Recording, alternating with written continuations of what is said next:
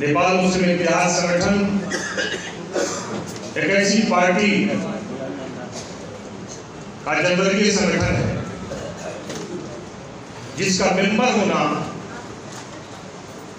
एक गर्व की बात है। इस मुल्क के अंदर राष्ट्रीयता की बात करने वाली पार्टी, गरीबों के साथ चलने वाली पार्टी और वो तमाम मजलूम, वो तमाम पिछड़े हुए लोग, उनका सब साथ देने वाली पार्टी नेकपा वाले का भारतीय संगठन, नेपाल मुस्लिम इतिहाद संगठन का ऐतिहासिक प्रथम अधिवेशन आपके बांके जिला नेपालगंज में भव्य तरीके से हो रहा है। मैं सभी का शुक्रिया अदा करना चाहता हूं। आज ऐसे मौके पर जब देश के अंदर एक ऐसी सरकार जो आप लोगों के सामने है, तमाम समाचार के माध्यम से उसके तमाम कारगुजारियों के बारे में खबर मिल रही है। मैं ज्यादा कुछ कहना नहीं चाहूंगा। हमारे अग्रणी तमाम नेताओं ने सरकार के बारे में और हमारी अपनी पार्टी के बारे में बहुत सी बातें बहुत बेहतरीन कम समय में उन्होंने आपके लिए एक संदेश देने का काम किया। नेकपा वाले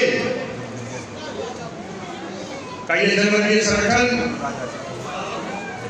आपको एक ऐसा प्लेटफॉर्म दे रहा है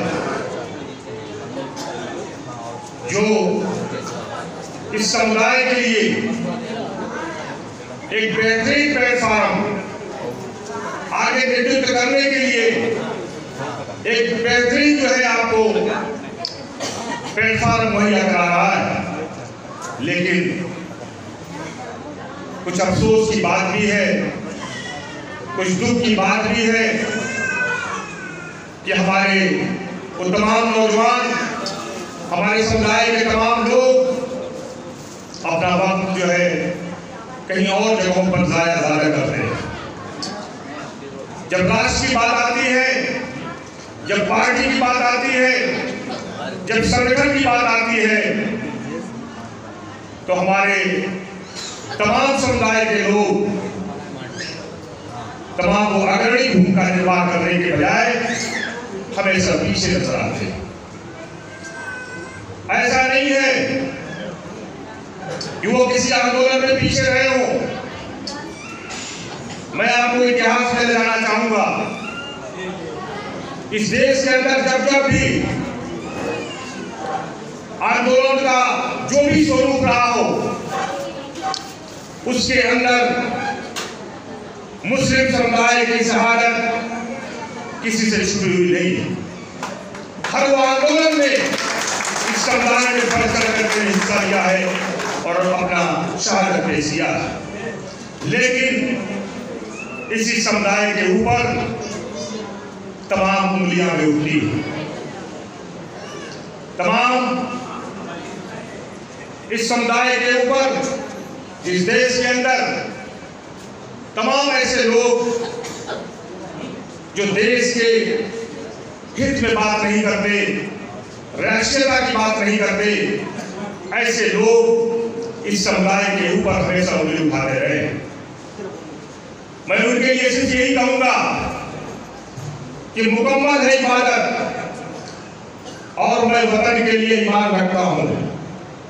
मुकम्मल है इबादत और वतन के लिए ईमान रखता हूं। वतन की शान की खातिर हथेली पे जान रखता हूं। क्यों करते हो मेरे आंखों में नक्शा दहशत का? क्यों करते हो मेरे आंखों में नक्शा दहशत का? सच्चा मुसलमान हूं, दिल में नेपाल रखता हूं। हम एक सच्चे मुसलमान की तरह से, एक राष्ट्रवादी मुसलमान की तरह से इस देश के अंदर अमन चैन की जो है हमेशा कोशिश करते रहे। लेकिन हमारे वो तमाम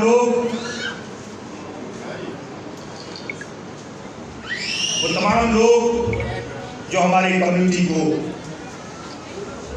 उन कुछ गलतियों की वजह से पीछे ढकेलने का काम करती रही। मैं ये नहीं कहूँगा कि इसमें 240 सालों से जो ये समुदाय पीछे रहा है हर क्षेत्र में, वो सिर्फ राज्य की वजह से है। कहीं न कहीं इसमें कमजोरी आप सब लोगों की भी है, हमारे समुदाय की भी है। जब जब जरूरत पड़ी है इस समुदाय को आगे बढ़ने के लिए, ये समुदाय हमेशा पीछे रहा है। आप वक्त के हिसाब से इस देश के अंदर चलने की कोशिश करें। आपको ये समझना होगा कि देश के अंदर तमाम पार्टियां मौजूद हैं। आपके हित के लिए कौन सी पार्टी है, आपके बेहतरी के लिए कौन सी पार्टी है, इसके लिए आपको सोच बनानी होगी। मैं ये नहीं कहता कि आप आंख बंद करके पार्टी के पीछे लग जाएं। अच्छे बुरे की पहचान आपके अंदर वो सलाहियत होनी चाहिए। और अल्हम्दुलिल्लाह मैं ये समझता हूँ कि ये वो जिंदा कौम है जो अब तमाम अपने पुरखों की इतिहास को समझते हुए आगे कदम बढ़ा सकते हैं। मुझे ये पूरा यकीन है, पूरा विश्वास है कि आने वाले दिनों में आपके हाथ में जब भी फैसले की जब घड़ी आए तो आप बहुत सोच समझ करके जो है आपके हित में कौन सी पार्टी है उसके लिए बेहतर काम करें। मैं समझता हूं, मैं अपनी पार्टी के बारे में बहुत ज़्यादा बताने की ज़रूरत नहीं होगी, क्योंकि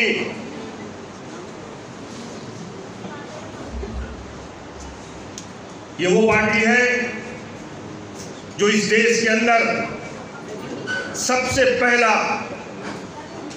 मुस्लिम समुदाय के लिए जन संगठन के रूप में नेपाल मुस्लिम इतिहाद संगठन का गठन किया। ये पहली पार्टी है। आप इस पर गर्व कर सकते हैं कि मुस्लिम की आवाज़ पार्टी तक पहुंचाने के लिए और पार्टी उन तमाम हुक्मरानों के पास पहुंचाने के लिए एक माध्यम के रूप में आपके बीच में मौजूद किया। लेकिन इसका फायदा जिस तरीके से आप लोगों को मिलना चाहिए, हमारे तमाम लीडरों ने कहा, खास करके हमारे इस प्रदेश के जन संगठन के प्रमुख कॉमरेड रुक्मेश्वर ढकाल जी ने बात रखी कि बहुत से जगहों पर जब समय आता है कि उसका फायदा आप उठाएं, लेकिन आप कहीं न कहीं पीछे नजर आते हैं। आपको समय पर समझना होगा और आपको जानना होगा कि कैसे आपको आगे बढ़ना है।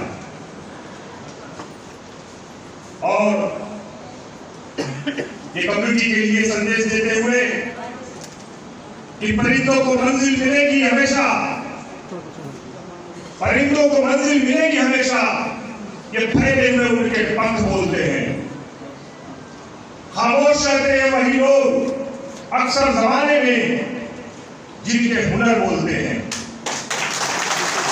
आपके अंदर वो सलाहियत लानी होगी, आपके अंदर वो हुनर पैदा करना होगा जो अपने तमाम स्टेज पर बैठे हुए तमाम लीडर हैं, इनको नेपाल मुस्लिम इतिहाद संगठन का प्रतिनिधि बन करके, इस संगठन का सिपाही बन करके आपको उनके सामने प्रस्तुत करना होगा। आपकी अपनी आवाज एक सलीके से बुलंद करनी होगी, आपकी आवाज सुनी जाएगी। मैं इस देश से चैलेंज करता हूं कि कोई दूसरी पार्टी नहीं है जो नेकपा माले के अलावा आपकी आवाज को सही तरीके से सही जगह पर सुन सकेंगे। ये सिर्फ और सिर्फ नेकपा वाले हैं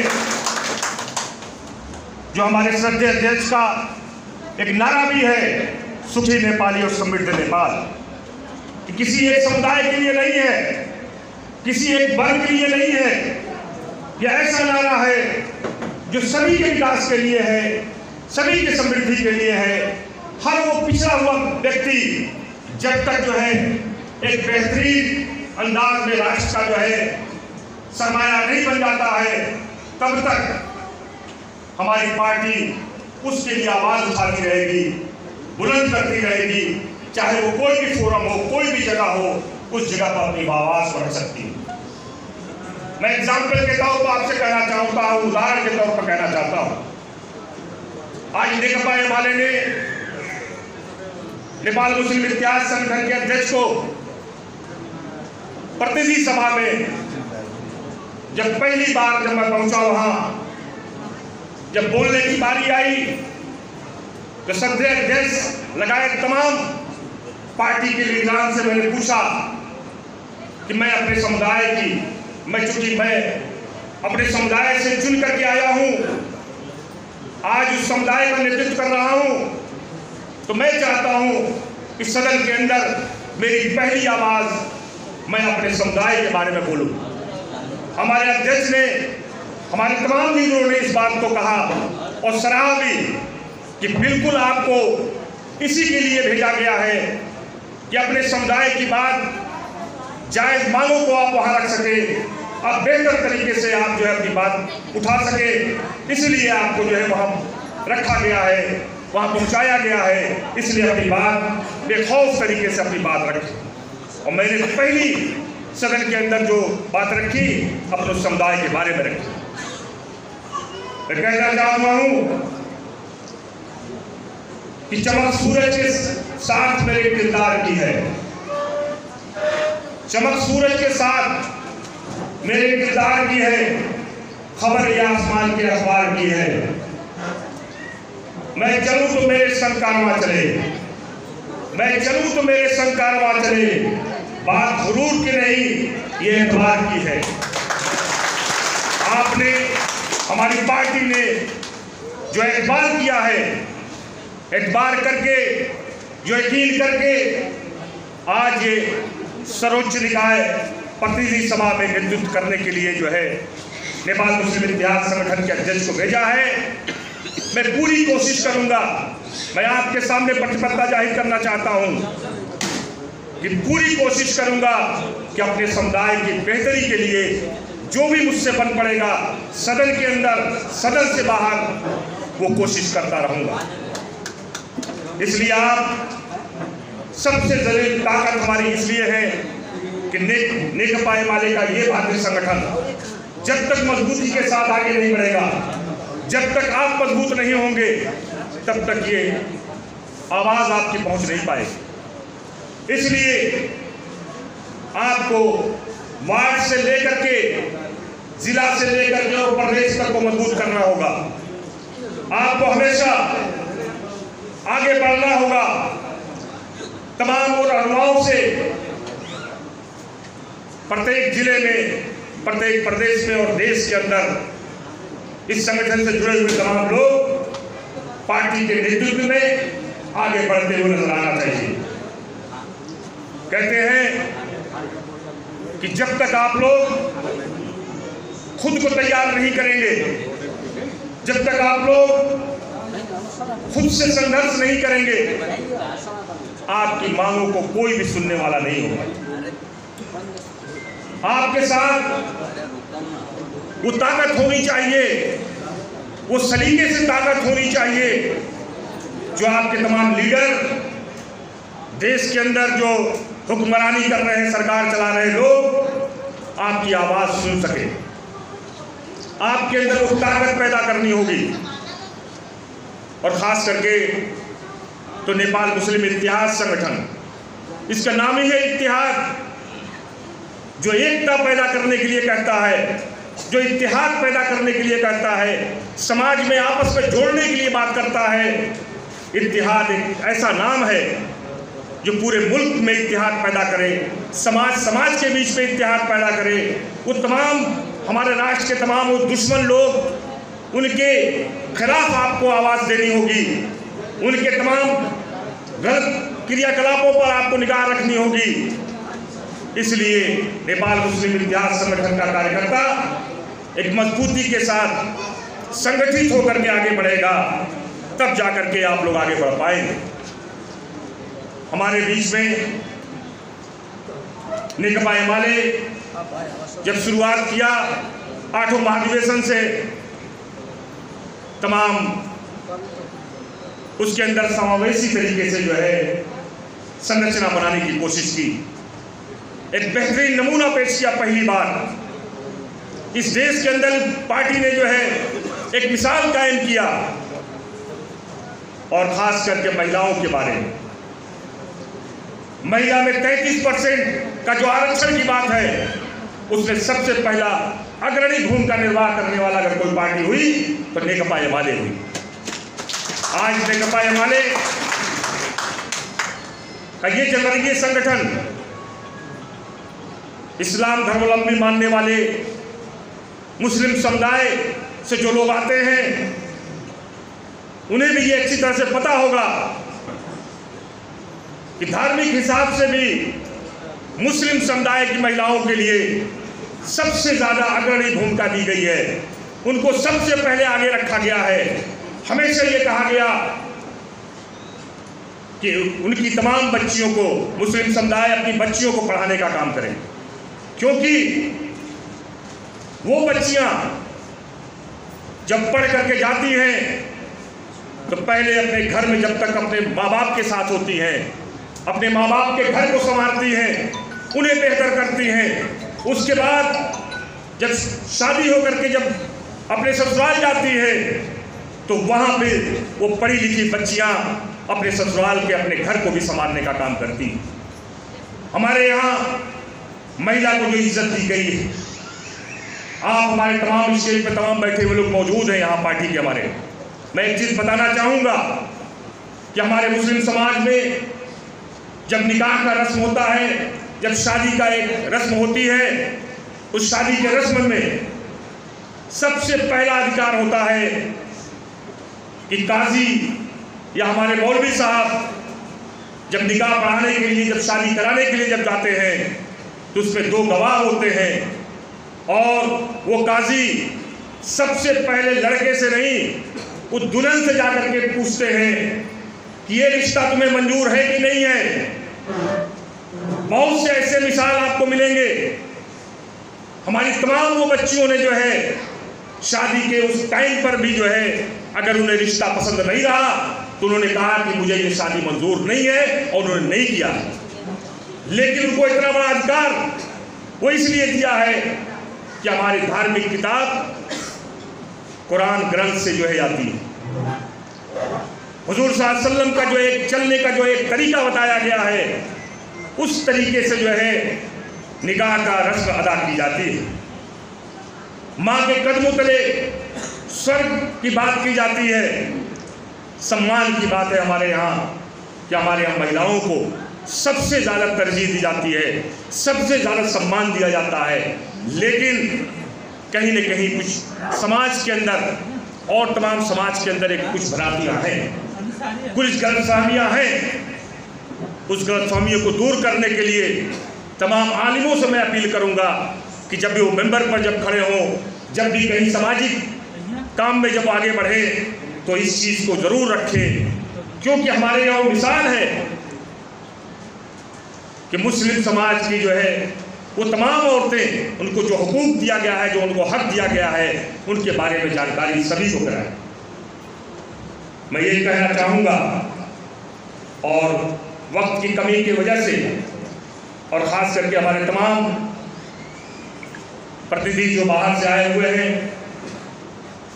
मैं सभी का खैर मकदम करते हुए, उनका सभी का स्वागत करते हुए अपने इस संगठन नेकपा एमाले का एक बेहतरीन संगठन जो आपके लिए एक बेहतरीन प्रस्तुति लेकर के आने वाले दिनों में आपके गांव-गांव और टोल-टोल में पहुंचेगा, उसमें पूर्ण रूप से आप जो है सभी लोग सहभागी हों, सभी लोग बेहतर तरीके से अपना संगठन समझ करके इसमें पार्टिसिपेट करें, इसमें आगे बढ़ें, इसमें हिस्सा लें। और चूँकि इसके बाद का सेशन जो है प्रतिनिधियों का एक सेशन है, हमारे बंद सत्र का प्रोग्राम होगा, उसमें तमाम साथी सहमति के साथ जो वाकई काम कर सकने वाले लोग हों उनको आगे बढ़ने की ज़रूरत है, वो आगे बढ़ें। एक अच्छा प्लेटफार्म है, इससे अपने समाज का, अपने लोगों का भी फायदा उठाएं। और ख़ास करके ये कहते हुए कि परवाह नहीं चाहे ज़माना कितना भी खिलाफ हो, परवाह नहीं चाहे ज़माना कितना भी खिलाफ हो, चलूंगा उसी राह पर जो सीधा और साफ हो। लिख रहा हूं मैं आगाज जिनका कल, लिख रहा हूं मैं अंजाम जिसका आगाज उसका आएगा। लिख रहा हूं अंजाम जिसका कल आगाज आएगा, मेरे लहू का हर एक कतरा इनकलाब लाएगा। इस सोच के साथ एक इनकलाबी अपने समाज को आगे बढ़ाने के लिए, अपने लोगों को आगे बढ़ाने के लिए जब तक आप खुद को आगे नहीं बढ़ाएंगे तब तक ये चंद लीडर, ये चंद लोग जो स्टेज पर आपकी रहनुमाई कर रहे हैं, इन्हीं से सब कुछ नहीं हो पाएगा। आपको अपनी जगह से उठना होगा, आवाज़ आपको वहाँ से देनी होगी, लब्बैक करना होगा। आप बेहतर काम करें, ये सिराज फारूकी भी यहाँ से आपके लिए लब्बैक करने के लिए तैयार है, आपके साथ आगे बढ़ने के लिए तैयार है। ये कहते हुए कि जब भी आप बेहतरी के लिए जब आगे बढ़ें तो बहुत सोच समझ करके, क्योंकि इस बीच में तमाम ऐसी पार्टियाँ, तमाम ऐसे चीज़ लेकर के आपके बीच में पहुँच रही हैं और वो आपको बरगलाने का काम करेंगी। ये हमारा नेपाल मुस्लिम इतिहास संगठन का पहला अधिवेशन भव्य रूप से सफल हो, इसकी शुभकामना करते हुए मैं इसका अपने श्रेय सभी, खास करके हमारे मित्र, हमारे दोस्त जनाब हारून साहब और यहाँ इस प्रदेश के अध्यक्ष शकील साहब से सभी का मैं शुक्रिया अदा करता हूँ, पूरी टीम का उनके, कि उन लोगों ने कम वक्त में एक बेहतरीन प्रोग्राम को जो है अंजाम दिया है। और ये कहते हुए अपने खास करके अपने अध्यक्ष का, सत्य अध्यक्ष का ये शेर कि आंधियों में जो दिया जलता हुआ मिल जाएगा, आंधियों में जो दिया जलता हुआ मिल जाएगा, उसी से पूछ लेना के पी शर्मा ओली का पता मिल जाएगा। धन्यवाद। हार्दिक आभार से धन्यवाद। उहाँले महत्त्वपूर्ण आफ्ना सार्वजनिक भनाइ राखेर जानुभएको छ।